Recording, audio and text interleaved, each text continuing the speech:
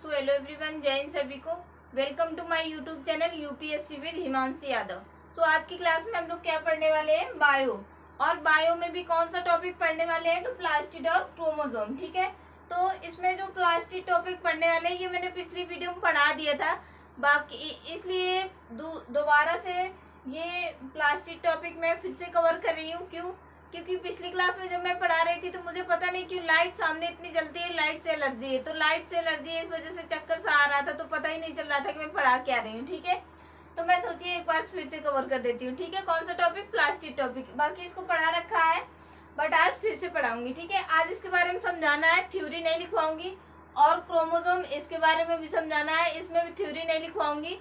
उसके बाद जो कल की थ्योरी होगी उसमें ये दोनों टॉपिक की थ्योरी लिखी हुई मिलेगी आपको। ठीक है, तो आप लोग अगर नोट्स बनाइएगा तो वहां से नोट कर लीजिएगा। ठीक है, तो सबसे पहले प्लास्टिड की बात करते हैं। प्लास्टिड क्या है? प्लास्टिड को हिंदी में क्या कहते हैं, लवक कहते हैं। ठीक है, क्या कहते हैं हिंदी में, प्लास्टिड को लवक कहते हैं। लवक जो होता है प्लास्टिड, वो कितने प्रकार का होता है, तो कितने प्रकार का होता है, 3 प्रकार का। प्लास्टिड जो होता है वो कितने प्रकार का होता है, तो प्लास्टिड कितने प्रकार का होता है, प्लास्टिड 3 प्रकार का होता है। कौन कौन सा? 3 प्रकार का होता है। कौन कौन सा होता है? सबसे पहला होता है क्लोरोप्लास्ट, फिर ल्यूकोप्लास्ट, उसके बाद क्या होता है, क्रोमोप्लास्ट। ठीक है, प्लास्टिड यानी कि इसको हिंदी में क्या कहते हैं, लवक। प्लास्टिड को हिंदी में क्या कहते हैं, लवक। अब फर्स्ट नंबर कौन सा होता है, chloroplast. Chloroplast,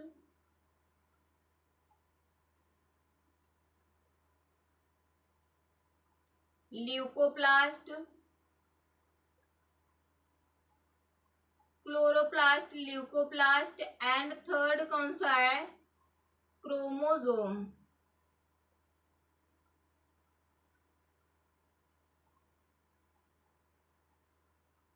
and then if we talk about plastid, तो प्लास्टिड कितने प्रकार का होता है, we can say that plastid कितने प्रकार का होता है, 3 प्रकार का होता है। कौन कौन सा? तो सबसे पहला है क्लोरोप्लास्ट, फिर उसके बाद ल्यूकोप्लास्ट, क्रोमोप्लास्ट। और क्लोरोप्लास्ट की जो हिंदी होती है वो क्या होती है, हरित लवक। इसको क्या कहते हैं, तो हरित लवक। इसको हिंदी में क्या कहते हैं, हरित लवक।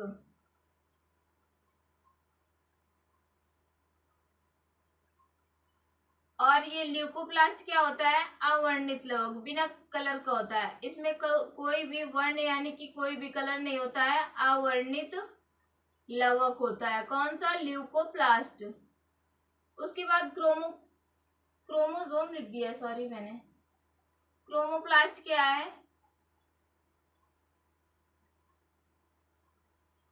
क्रोमोप्लास्ट ये क्या होता है, वर्णित लवक, यानी कि इसमें रंग होता है और ये क्या करता है, रंग प्रदान करता है, इसलिए इसको वर्णित, वर्ण मीन्स होता है रंग, तो वर्णित लवक कहते हैं। उसके बाद अब हम लोग फर्स्ट नंबर का पढ़ेंगे। सबसे पहले अगर हम क्या पढ़े, क्या देखें कि प्लास्टिड कितने प्रकार का होता है, तो 3 प्रकार का। कौन कौन सा? सबसे पहला क्लोरोप्लास्ट, उसके बाद ल्यूकोप्लास्ट और क्रोमोप्लास्ट। आप लोग मेरे साथ प्रोनाउंस करो, ऐसे जैसे मैं बोल रही हूँ आप लोग रिपीट करो। सबसे पहला क्लोरोप्लास्ट, फिर ल्यूकोप्लास्ट, उसके बाद थर्ड तो क्रोमोप्लास्ट। तो क्लोरोप्लास्ट फर्स्ट में क्या होता है, इसकी हिंदी क्या है, हरित लवक। ल्यूकोप्लास्ट अवर्णित लवक एंड क्रोमोप्लास्ट क्या होता है, तो वर्णित लवक। ठीक है, अब हम लोग सबसे पहले किसके बारे में पढ़ेंगे, हरित लवक यानी कि क्लोरोप्लास्ट के बारे में पढ़ेंगे। ठीक है, किसके बारे में पढ़ेंगे हम लोग, तो हरित लवक यानी कि क्लोरोप्लास्ट के बारे में पढ़ेंगे। ठीक है, क्लोरोप्लास्ट और इसकी हिंदी क्या है, तो हरित लवक। जितने बार मैं रिपीट कर रही हूँ आप लोग मेरे साथ रिपीट कीजिएगा। ठीक है, ये आपके लिए नहीं तो मुझे तो याद है, आपके लिए मैं बार बार रिपीट कर रही हूँ। इसको आप लोग ऐसे ही प्रोनाउंस करोगे तब आपको याद रहेगा। ठीक है, सबसे पहला क्या है, क्लोरोप्लास्ट। अब क्लोरोप्लास्ट यानी कि हरित लवक, ये क्या करता है, तो क्लोरोप्लास्ट क्या करता है, ये प्लास्टिक किस में पाया जाता है, तो पौधों में पाया जाता है।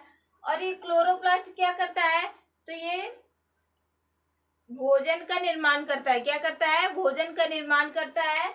और ये किस में पाया जाता है, पौधों में, तो पत्ती और तने में पाया जाता है। तो क्लोरोप्लास्ट क्या करता है, क्लोरोप्लास्ट यानी कि हरित लवक, ये भोजन का निर्माण करता है। क्या करता है? भोजन का निर्माण करता है।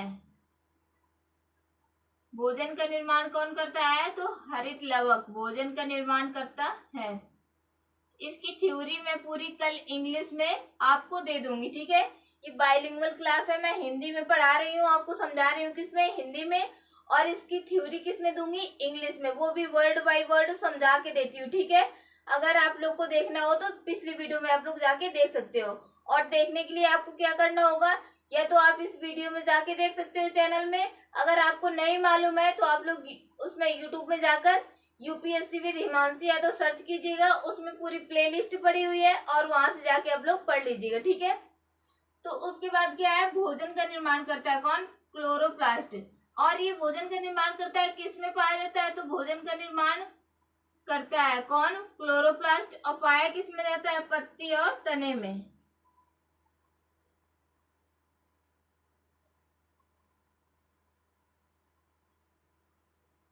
पत्ती और तने में पाया जाता है, ठीक है।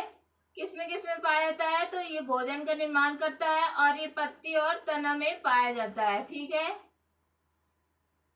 फर्स्ट ऑफ ऑल अगर हम पढ़े, क्लोरोप्लास्ट क्या करता है? भोजन का निर्माण करता है। और ये किसमें पाया जाता है? तो पत्ती और तने में पाया जाता है। ये इसका रंग क्या होता है? तो ये हरे कलर का होता है, ठीक है, हरित लवक।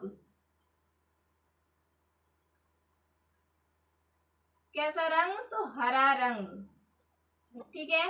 तो क्लोरोप्लास्ट के बारे में हम लोगों ने पढ़ लिया। ये क्या करता है? भोजन का निर्माण करता है। ये पत्ती तथा तने में पाया जाता है। इसका कलर कैसा होता है? हरा यानी ग्रीन कलर का होता है। उसके बाद हम लोग सेकेंड नंबर क्या है? ल्यूकोप्लास्ट।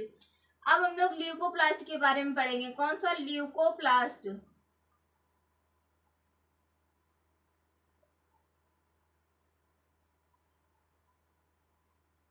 ल्यूकोप्लास्ट की हिंदी क्या है? तो अवर्णित लवक।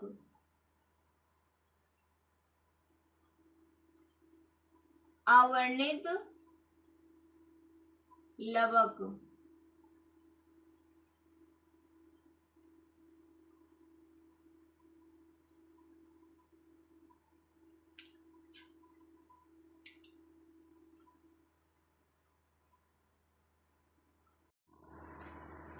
तो मैं देखने लगी थी कि वीडियो भी बन रहा है कि नहीं, ठीक है। तो वीडियो बन रहा है। तो पहले मैं किसके बारे में पढ़ा रही थी? ल्यूकोप्लास्ट। तो ल्यूकोप्लास्ट की हिंदी क्या होती है? अवर्णित लवक। तो इसके नाम से ही पता लग रहा है, इंग्लिश में तो नहीं पता लग रहा है ल्यूकोप्लास्ट कोई होगा, लेकिन अगर हिंदी में देखो, अवर्णित लवक क्या कह रहा है? अवर्णित लवक यानी कि उसमें वर्ण नहीं होगा। वर्ण मीन्स क्या होता है? जैसे मैंने ये लिखा, जैसे मैंने ये लिख दिया वर्ण, तो ये वर्ण का मतलब क्या हो गया? रंग। लेकिन अगर मैंने लिख दिया अवर्ण यानी कि बिना रंग के, बेरंग, ठीक है, रंग रहित। तो जैसे यहाँ पर है क्लोरोप्लास्ट हरित लवक, ल्यूकोप्लास्ट अवर्णित लवक, यानी कि इसमें कोई वर्ण नहीं है, यानी कि इसमें कोई कलर नहीं होता, ठीक है।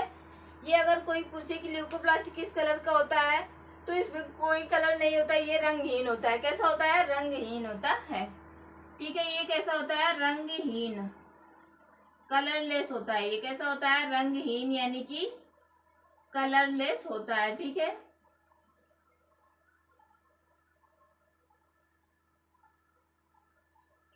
कैसा होता है? ये रंगहीन होता है यानी कि कलरलेस होता है। और इसका काम क्या होता है? तो ये भोजन को एकत्रित करता है। भोजन का निर्माण कौन करता है? क्लोरोप्लास्ट। भोजन को एकत्रित करके कौन रखता है यानी इकट्ठा करके? तो वो ल्यूकोप्लास्ट रखता है। भोजन को एकत्रित करके रखता है कौन? ल्यूकोप्लास्ट। भोजन का संग्रह यानी कि भोजन को एकत्रित करके रखता है, भोजन को स्टोर रखता है ये। It stores the food. भोजन को एकत्रित करके रखता है। क्या होता है? भोजन को एकत्रित करके रखता है, ठीक है। तो इसके बाद हम लोग और क्या है इसमें, अब ये पाया कहाँ पर जाता है? तो ल्यूकोप्लास्ट देखो, अवर्णित यानी कि ये रंगहीन होता है। उसके बाद ये भोजन को एकत्रित करके रखता है, और ये भोजन को एकत्रित करके कहाँ रखता है, यानी कि ये कहाँ पाया जाता है ल्यूकोप्लास्ट, तो ये फ्रूट्स एंड रूट्स में पाया जाता है। फ्रूट्स एंड रूट्स का मतलब क्या हुआ, मैंने क्या बोला अभी, fruits and roots, fruits and roots. तो फ्रूट्स मतलब क्या हो गया, फल, यानी कि फलों में पाया जाता है, और ये रूट्स क्या हो गया, जड़, यानी कि फल, और ये कहाँ पर पाया जाता है, तो जड़ में पाया जाता है। तो यहाँ पर हम लोग क्या लिख देंगे कि ये फल और जड़ में पाया जाता है, फल एवं कहाँ पर, तो जड़ में पाया जाता है। ठीक है,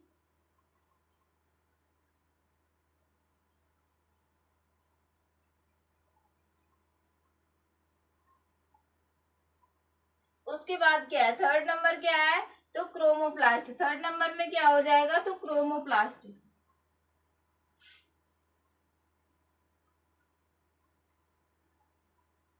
क्या हो जाएगा, क्रोमोप्लास्ट,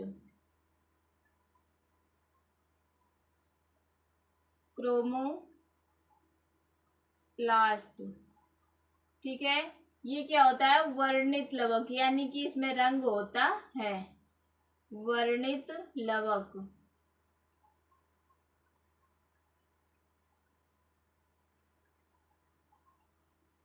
ठीक है, तो वर्णित लवक क्या है, क्रोमोप्लास्ट, क्रोमोप्लास्ट।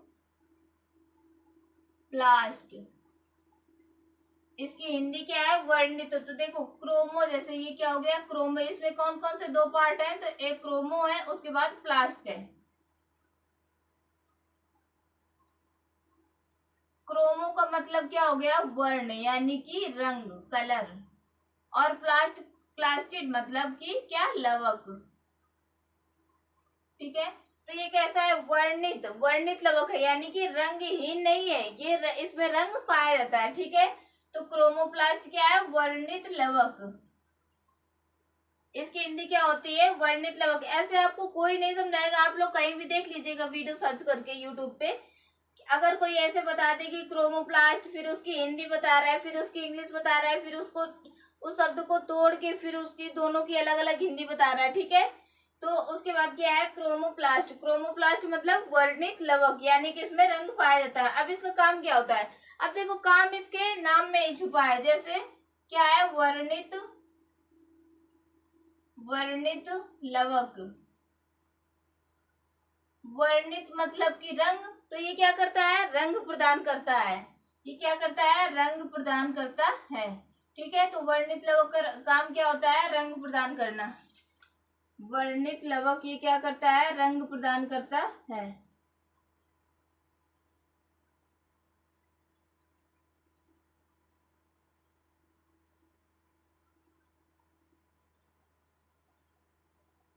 वर्णित लवक क्या करता है, रंग प्रदान करता है। जैसे कि देख लो आप लोग, टमाटर जो होता है वो किस वजह से रंग होता है, तो उसमें लाइकोपेन पाया जाता है। सॉरी, टमाटर लाल होता है किस वजह से, क्योंकि उसमें लाइकोपेन पाया जाता है। ठीक है, लाइकोपेन के कारण टमाटर कैसा होता है, लाल होता है।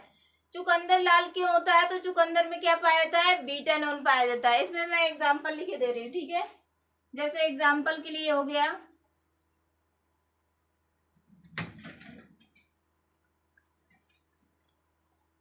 क्या हो गया, एग्जाम्पल के लिए जैसे टमाटर हो गया, टमाटर में क्या पाया जाता है, तो लाइकोपेन। लाइकोपेन के कारण टमाटर कैसा होता है, लाल होता है, लाइकोपेन। टमाटर में क्या पाया था, लाइकोपेन पाया जाता है, और लाइकोपेन के कारण टमाटर कैसा होता है, लाल होता है। उसके बाद गाजर जो हमारी कैरेट होती है, उसमें क्या पाया जाता है, कैरोटीन। कैरोटीन के कारण जो गाजर होती है वो कैसी होती है, लाल होती है। कैरोटीन के कारण जो कैरेट होती है वो कैसी, रेड कलर की होती है। ठीक है, उसके बाद अगर हम लोग चुकंदर की बात करें, तो चुकंदर में क्या पाया जाता है, बीटानोन। चुकंदर, इसमें क्या पाया जाता है, तो बीटानोन, बीटानोन पाया जाता है, जिस कारण से चुकंदर लाल होता है। ठीक है, तो आप लोग को ये कुछ उदाहरण मैंने लिख दिए एग्जाम्पल, इसको मैं याद करा देती हूँ पहले। तो आप लोग, अगर मैं याद करा रही हूँ तो जैसे जैसे बोलूँ आप लोग वैसे करिएगा, ठीक है। तो सबसे पहले आप लोग रिपीट करिए, टमाटर किस कारण से लाल होता है? क्योंकि इसमें क्या पाया जाता है? लाइकोपेन। क्या पाया जाता है? लाइकोपेन, ठीक है। टमाटर किस कारण से लाल होता है? क्योंकि उसमें लाइकोपेन पाया जाता है। उसके बाद जो कैरेट होती है यानी कि गाजर होती है, कैरेट में क्या पाया जाता है? गाजर में क्या पाया जाता है जिस कारण से वो लाल होती है? तो उसमें कैरोटीन पाया जाता है। कैरोटीन के कारण क्या होती है? गाजर किस रंग की होती है? लाल रंग की होती है। उसके बाद अगर चुकंदर देख लो आप, तो चुकंदर जो बीटानोन होता है उसके कारण कैसा होता है? लाल होता है। तो चुकंदर में क्या पाया जाता है? आप लोग रिपीट करिएगा, जैसे मैं आप यहाँ पे खड़ी हो जाऊं, अब आपको दिख नहीं रहा होगा, आप लोग बिना देख रिपीट करिए। तो टमाटर कैसा होता है? लाल रंग का। किस कारण से होता है? तो वो लाइकोपेन के कारण होता है। उसके बाद अब अगर आप लोग देखो, कैरेट यानी कि गाजर जो होती है वो किस कारण से लाल होती है? तो कैरोटीन के कारण। कैरेट कैरोटीन, इससे ये तो याद ही रहेगा बिल्कुल, कैरेट कैरोटीन। टमाटर लाल होता है लाइकोपेन के कारण। गाजर जो कैरेट है वो किसके कारण होती है? कैरोटीन के कारण। उसके बाद आया क्या लास्ट में? चुकंदर। चुकंदर किस कारण से लाल होता है? तो बीटानोन के कारण से, ठीक है। इतना याद हो गया। अब हम लोग आगे की ओर चलेंगे, ठीक है। तो अब हम लोगों ने क्या पढ़ लिया? क्लोरोप्लास्ट भी पढ़ लिया, क्लोरोप्लास्ट भी पढ़ लिया। उसके बाद ल्यूकोप्लास्ट भी पढ़ लिया, और उसके बाद क्या भी पढ़ लिया? क्रोमोप्लास्ट भी पढ़ लिया, ठीक है। ये तीनों चीजें हम लोगों ने पढ़ ली। उसके बाद हम लोग को क्या पढ़ना है? क्रोमोसोम पढ़ना है। क्या? क्रोमोसोम यानी कि अभी क्रोमोसोम नहीं पढ़ना है। अभी तो हम लोग को जो वो होती है सेल, सेल के अभी जो है टाइप पढ़ने। क्या पढ़ने? टाइप, यानी कोशिका के प्रकार पढ़ने। क्या? कोशिका, ठीक है। उसके बाद हम लोग क्रोमोसोम में आएंगे। कोशिका के क्या पढ़ना है? प्रकार पढ़ने हैं। तो जो सेल होती है कोशिका, आप लोग को दिखाई दे रहा है अच्छे से साफ साफ? ठीक है, कमेंट कर दीजिएगा। सेल यानी कि कोशिका। कोशिका कितने प्रकार की होती है? तो 2 प्रकार की होती है। कौन कौन सी? तो एक विकसित कोशिका और अविकसित कोशिका। एक ऐसी कोशिका होती है जो पूरी तरह विकसित होती है, और दूसरी अविकसित होती है। तो जो पूरी तरह विकसित होती है उसको क्या कहते हैं? यूकैरियोटिक। एंड जो पूरी तरह विकसित नहीं होती है, जो अविकसित होती है, उसको प्रोकैरियोटिक कहते हैं, ठीक है। कोशिका कितने प्रकार की होती है? 2 प्रकार की। कौन कौन सी? यूकैरियोटिक और प्रोकैरियोटिक। यूकैरियोटिक कैसी होती है? पूरी तरह विकसित होती है, परंतु प्रोकैरियोटिक विकसित नहीं होती है। वो कैसी होती है? अविकसित होती है, ठीक है। तो 2 कोशिकाएं कौन कौन सी है हमारी? प्रोकैरियोटिक और यूकैरियोटिक। कौन सी? पहली प्रोकैरियोटिक,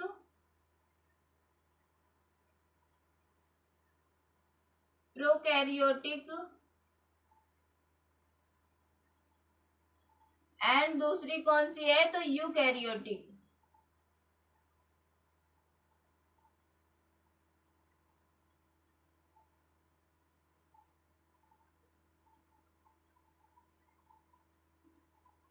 ठीक है, तो पहली कौन सी कोशिका है? प्रोकैरियोटिक, और दूसरी यूकैरियोटिक। प्रोकैरियोटिक कैसी होती है? ये अविकसित होती है। कैसी होती है? तो अविकसित होती है। कैसी? तो प्रोकैरियोटिक जो कोशिका होती है वो अविकसित होती है, और यूकैरियोटिक कैसी होती है? विकसित होती है। ये पूरी तरह कैसी होती है? विकसित होती है। प्रोकैरियोटिक कोशिकाओं में सभी अंग नहीं पाए जाते हैं। क्यों? क्योंकि ये अविकसित कोशिका होती है, और यूकैरियोटिक कोशिकाओं में सभी अंग पाए जाते हैं, क्योंकि ये कैसी? विकसित कोशिका होती है। तो सबसे पहले हम लोग पढ़ेंगे प्रोकैरियोटिक, ठीक है। प्रोकैरियोटिक क्या है यहाँ पर? तो प्रोकैरियोटिक, प्रोकैरियोटिक यानी कि अविकसित कोशिका। कैसी? अविकसित कोशिका, अविकसित कोशिका, ठीक है। तो सबसे पहला हम लोग, आप लोग इसका नोट्स नहीं बनाइएगा। अगर आपको बहुत ही मन है, अगर आपको अच्छा लग रहा है तो बना लीजिएगा। बाकी इसका जो, अगर आपको हिंदी में बनाना है तो आप लोग ऐसे बना लीजिएगा, कोई दिक्कत नहीं।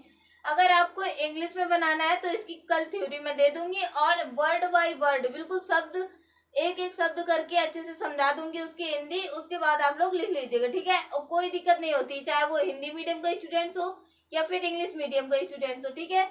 और आज के जमाने में देखो तो इंग्लिश को ज्यादा प्रेफर किया जा रहा है, तो इंग्लिश को ज्यादा महत्व दिया जा रहा है, ठीक है। तो इंग्लिश हम लोग को थोड़ी बहुत आनी चाहिए, ऐसा नहीं है कि हम लोग को, देखो हम लोग हिंदी मीडियम के स्टूडेंट्स हैं, बट हमको ऐसा नहीं करना है कि इंग्लिश से दूर भागना है। क्यों भागे भाई, इंग्लिश तो हिंदी से सरल है, ठीक है। तो आप लोग वो तो पढ़ ही सकते हो आसानी से, और फिर मैं पढ़ा रही हूँ तो कोई बात ही नहीं है, मैं आप लोग को एक एक चीज अच्छे से समझाऊंगी, ठीक है।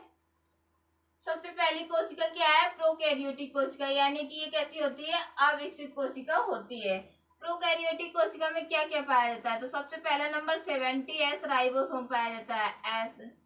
अब इसमें एस क्या है, तो पहले मैं लिख दूं 70S क्या पाया जाता है, राइबोसोम। राइबोसोम को हिंदी में भी राइबोसोम ही लिखेंगे, ठीक है, चाहे मैं लिख दे रही हूँ राइबोसोम।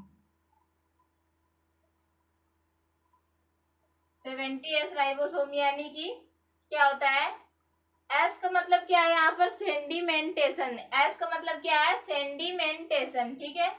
यहाँ पर एस का मतलब क्या है, एस, तो एस का मतलब है सेंडिमेंटेशन, ठीक है, सेंडिमेंटेशन।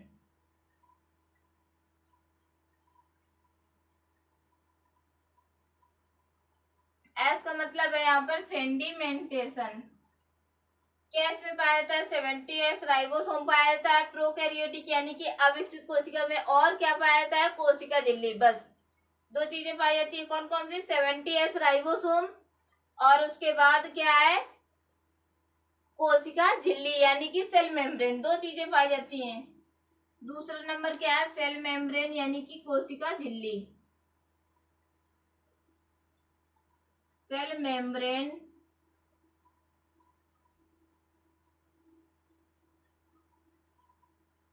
क्या पाया जाता है, तो सेल मेम्ब्रेन पाई जाती है यानी कि कोशिका झिल्ली।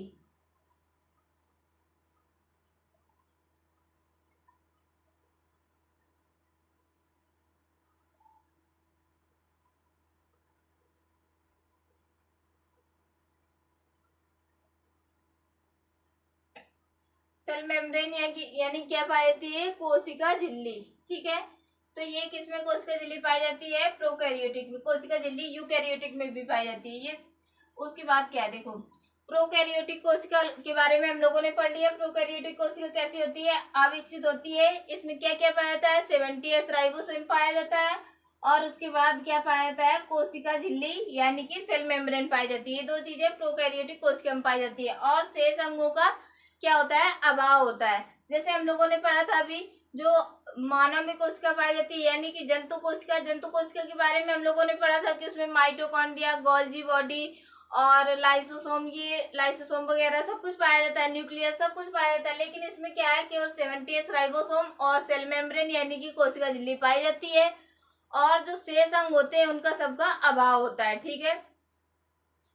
अब देखो ये किस में पाई जाती है, तो ये जैसे जीवाणुओं में पाई जाती है, एक कोशिकीय जीव हो गए, ऐसे इन लोगों में क्या पाई जाती है, प्रोकैरियोटिक यानी पूर्ण विकसित कोशिका नहीं पाई जाती है। प्रोकैरियोटिक यानी कि अविकसित कोशिका पाई जाती है। उसके बाद क्या है, हम लोग किसके बारे में पढ़ेंगे, eukaryotic. Second number is eukaryotic. क्या है, यूकैरियोटिक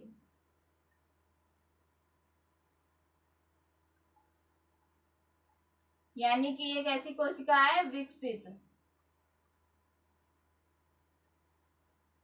यूकैरियोटिक किसमें पाई जाती है, तो यूकैरियोटिक कोशिका हम लोगों में पाई जाती है, इसमें और इसमें, यानी कि प्रोकैरियोटिक और यूकैरियोटिक में किस चीज का अंतर होता है, तो प्रोकैरियोटिक में केवल दो चीजें पाई जाती है, 70S राइबोसोम और सेल मेम्ब्रेन यानी कि कोशिका झिल्ली।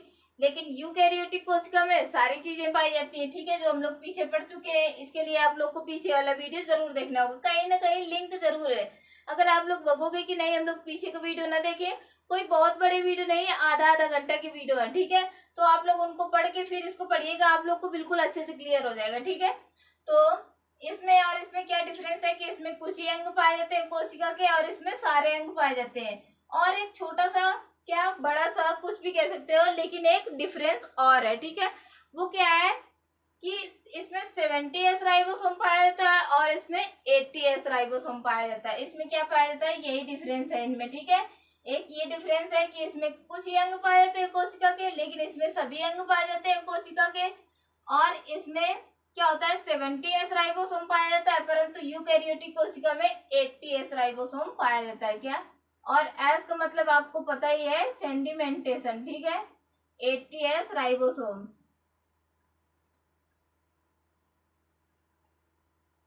क्या पाया जाता है, तो 80S राइबोसोम पाया जाता है, ठीक है। राइबोसोम को हिंदी में भी राइबोसोम ही कहते हैं, ठीक है। ऐसे आप लोग लिख लीजिएगा, राइबोसोम, ठीक है। तो आप लोग को ये अच्छे से आ गया कि प्लास्टिड जो था मैंने आपको वो भी पढ़ा दिया।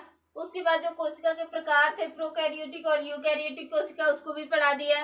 अब उसके बाद क्या बचा हुआ है, तो जो मैंने अभी लिखा हुआ था यहाँ पर, क्रोमोसोम, क्रोमोसोम बचा है, ठीक है।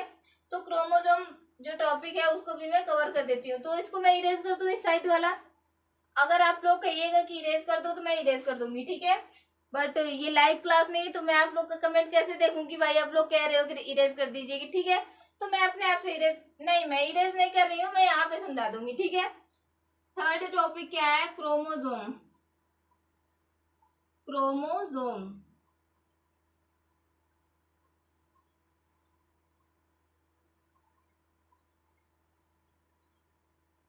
यानी कि इसकी हिंदी क्या होती है, गुणसूत्र।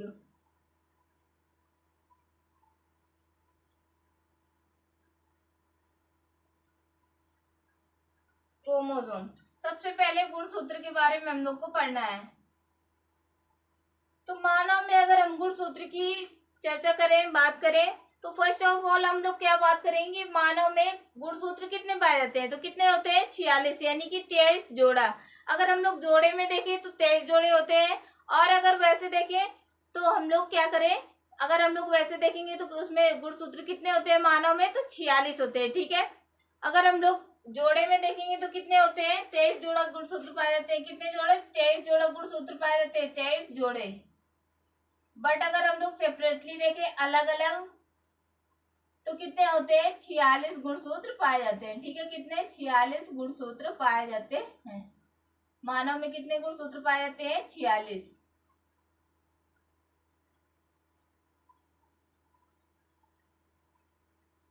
मानव में गुणसूत्रों की संख्या कितनी होती है, तो मानव में गुणसूत्रों की संख्या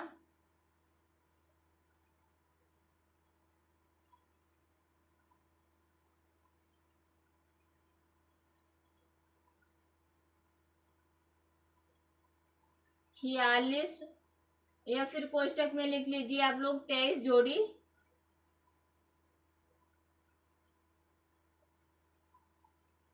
होती है।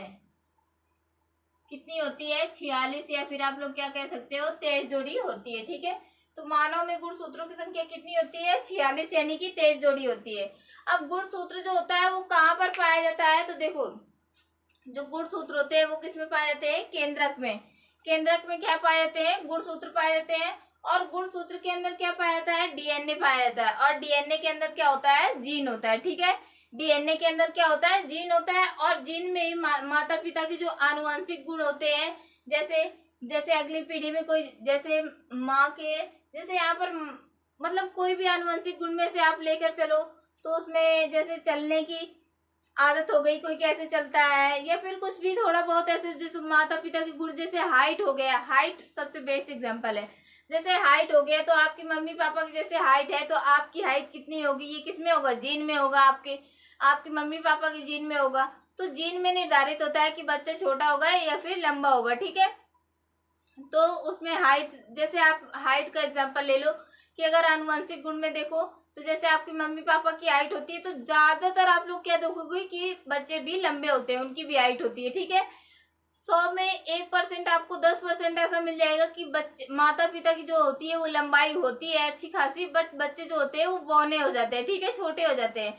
वो कैसे हो जाते हैं वो भी मैं आप लोग को बताऊंगी, ठीक है। तो मानव में सबसे पहले गुणसूत्रों की संख्या कितनी होती है? 46 होती है। गुणसूत्र अगर गुणसूत्र के बारे में हम लोग पढ़ रहे हैं तो ऐसा तो नहीं है हम लोग पेट से निकले और उसके बाद तुरंत गुणसूत्र के बारे में पढ़ने लगे, ठीक है। बट ऐसा तो होगा नहीं कि गुणसूत्र के बारे में हम लोग ऐसे रैंडमली पढ़ने लगे होंगे। गुणसूत्र क्या है? पहले सबसे पहले गुणसूत्र को किसी ने खोजा होगा ना, कि आप लोग गुणसूत्र को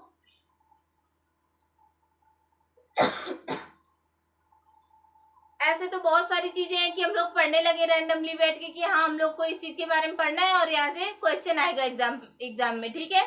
तो ऐसा नहीं होता है, सबसे पहले इसकी खोज होती है, उसके बाद हम लोग को उसके एनालिसिस करने के बाद हम लोग को पढ़ने के लिए दिया जाता है। तो सबसे पहले गुणसूत्र की खोज किसने की थी? तो वॉल्डेयर ने की थी। गुणसूत्र की खोज किसने की थी? तो वॉल्डेयर ने गुणसूत्र की खोज की थी। किसने?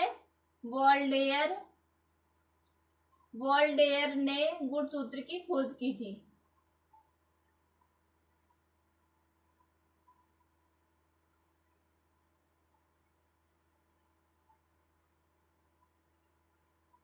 Discovered by वॉल्डेयर।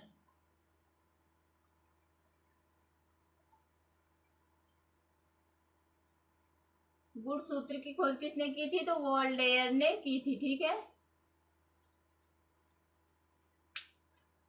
तो गुणसूत्र के सबसे पहले मानव में कितने गुणसूत्र पाए जाते हैं? तो 46 यानी कि 23 जोड़ी। और वॉल्डेयर ने किसकी खोज की थी? तो गुणसूत्र की खोज की थी। अब इसके बाद हम लोग को क्या पढ़ना है? गुणसूत्र किस में पाया जाता है? तो ये न्यूक्लियस में पाए जाते हैं। किसमें? केंद्रक यानी कि न्यूक्लियस में पाए जाते हैं, ठीक है।